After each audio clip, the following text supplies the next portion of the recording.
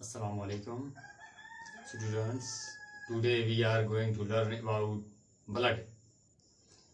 जैसा कि आप जानते हो ब्लड खून को कहते हैं, जिसको हम उर्दू में कहते हैं खून, या हिंदी में अगर लिखेंगे हम रक्त भी कहते हैं, लिखने में तो खून भी इससे लिखा जाता है खून।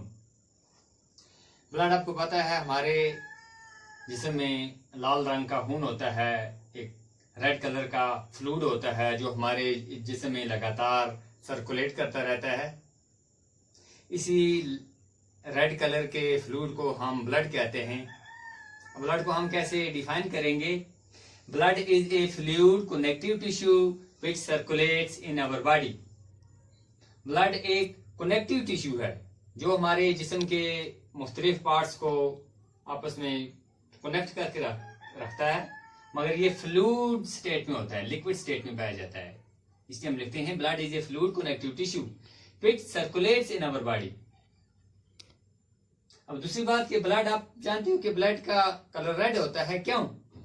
Blood is red in colour due to the presence of a red pigment which is called haemoglobin in its red cells. Blood के अंदर एक खास किस्म का पिगमेंट होता है जो रेड कलर का होता है। इस पिगमेंट को कहते हैं हीमोग्लोबिन। हीम आयरन से बनता है, ये हीमोग्लोबिन। इस हीमोग्लोबिन की मौजूदगी की वजह से ब्लड का कलर रेड होता है। अगर ब्लड में से हम हीमोग्लोबिन को रिमूव कर दें तो ब्लड बेरंग हो जाता है, ये जैसे पानी है, colourless. Blood is a fluid connective tissue which circulates in our body. Blood is red in color due to the presence of a red pigment called hemoglobin in its red cells. Components of blood. अब हम देखेंगे कि blood में कितने components हैं, कितने इसके अज्जा हैं, किन किन पार्ट से ये बनता है। तो ब्लड के अंदर फोर मेन पार्ट्स हैं। There are 4 main components in blood. Plasma, which is also called blood plasma. Red blood corpuscles, also called red blood cells, short form RBCs, red blood cells. White blood corpuscles और white blood cells, short में जिनको हम WBCs कहते हैं, white blood cells। और चौथा component है blood का प्लेटलेट्स। अब हम एक एक करके इनके बारे में पढ़ेंगे। First of all plasma. What is plasma? Plasma is the liquid part of the blood. The liquid part of the blood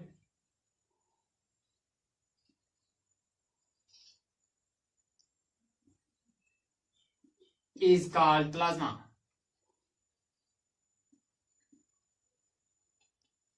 अभी आपने पढ़ा blood is a fluid connective tissue. ये ब्लड जो है ये फ्लूइड होता है, लिक्विड स्टेट में होता है, मगर ब्लड का जो ये लिक्विड पार्ट होता है, इसी लिक्विड पार्ट को, जो पानी होता है ब्लड के अंदर, जो लिक्विड होता है, इस लिक्विड को हम कहते हैं प्लाज्मा और ब्लड प्लाज्मा। इस ब्लड प्लाज्मा के अंदर कुछ सब्सटेंसेस होते हैं इन द डिसॉल्व्ड स्टेट, जिनको ये ब्लड जो है, प्लाज्मा जो है, ये जिस्म के मुख्तलिफ हिस्सों तक अपने साथ लेके जाता है।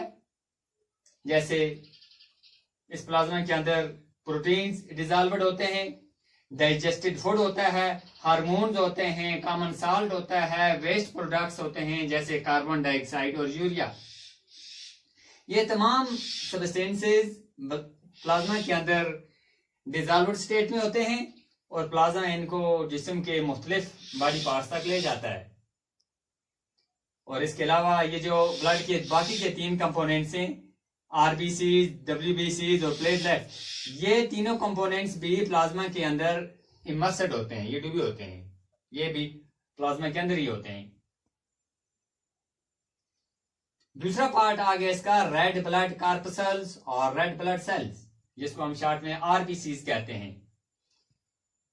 रेड ब्लड सेल्स, जैसे इनका नाम से ही पता चलता है कि ये रेड कलर के होते हैं। क्यों?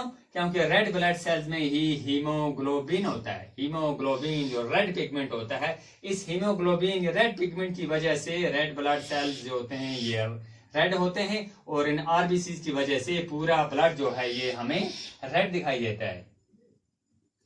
कि जो रेड ब्लड सेल्स होते हैं इनकी खास बात यह है कि इनमें न्यूक्लियस नहीं होता है। आरबीसीज आर विदाउट न्यूक्लियाई, और ये जो आरबीसीज हैं इनकी उम्र, इनका लाइफ स्पेन ही बहुत कम होता है। हर रेड ब्लड सेल जो है वो तकरीबन 4 महीने तक जिंदा रहता है।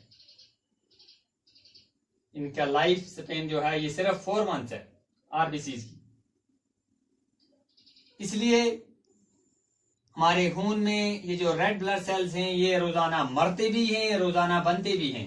एक एस्टिमेट के मुताबिक तकरीबन 30 लाख आरबीसीज रोजाना हमारे खून में से मर जाते हैं और इसका चौथा हिस्सा बनते हैं।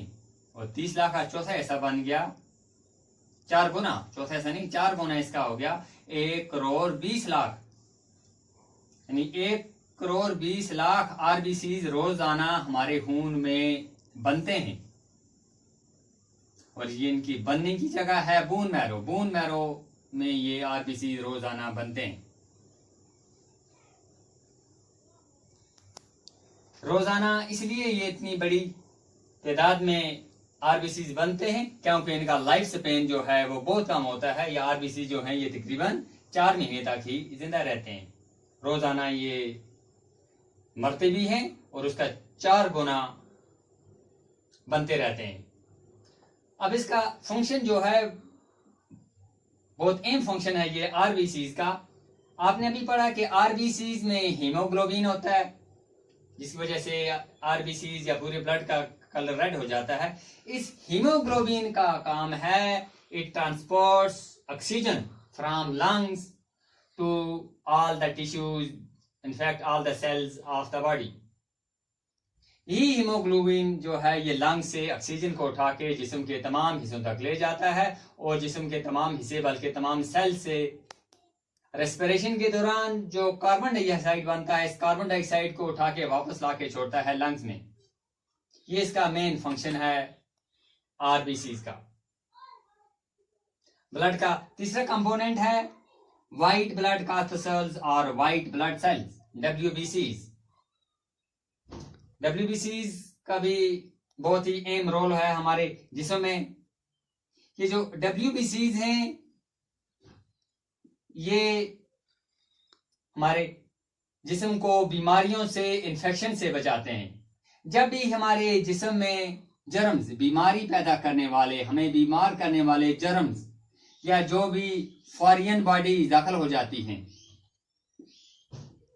जो भी फॉरेन बॉडी हमारे जिस्म में दाखिल हो जाए या जरासीम जैसे वायरस, बैक्टीरिया वगैरह हमारे जिस्म में जब भी दाखिल हो जाते हैं तो ये व्हाइट ब्लड सेल्स इनके साथ फाइट करते हैं, झगड़ा करते हैं, फाइट करते हैं, इनको मार गिराते हैं और हमें ये इन्फेक्शन से बचाते हैं। और इन्हीं का काम है ये एंटीबॉडीज बनाते हैं। एंटीबॉडीज बनाते हैं जो हमारे इम्यून सिस्टम को स्ट्रांग करती हैं और जो इम्यून सिस्टम का काम है इन्फेक्शन से, बीमारियों से हमारे जिस्म का दिफा करना।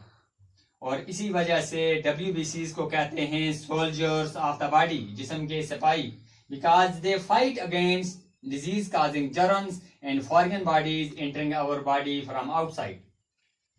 और ब्लड का चौथा पार्ट है प्लेटलेट्स, जिनको हम ब्लड प्लेटलेट्स भी कहते हैं। ये ब्लड प्लेटलेट्स एक खास किस्म के बहुत ही छोटे छोटे सेल्स होते हैं।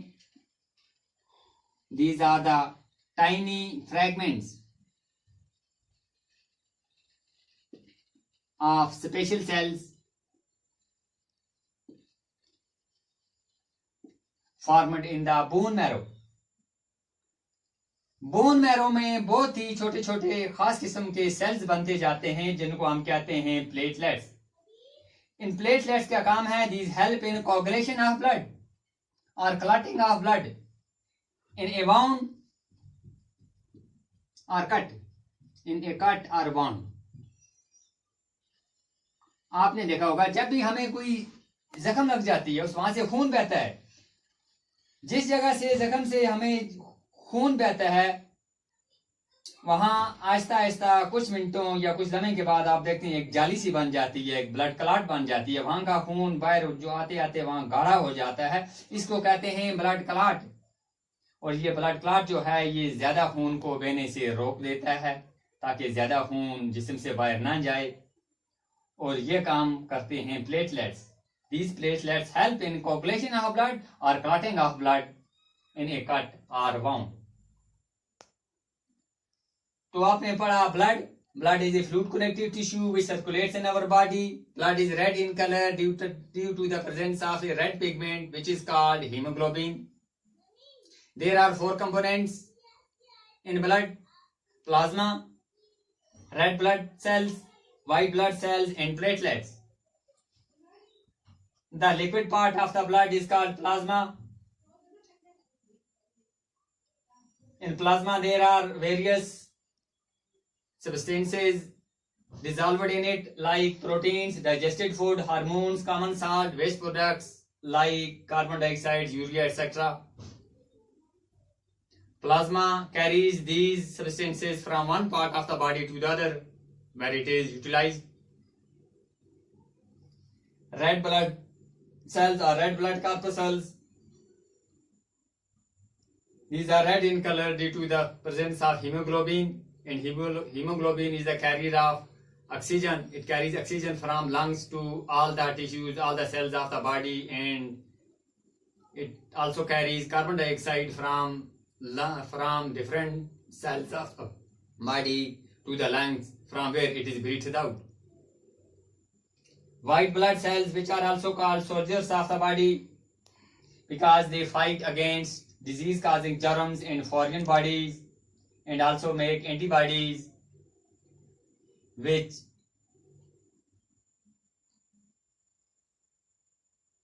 makes our immune system or enforces our immune system.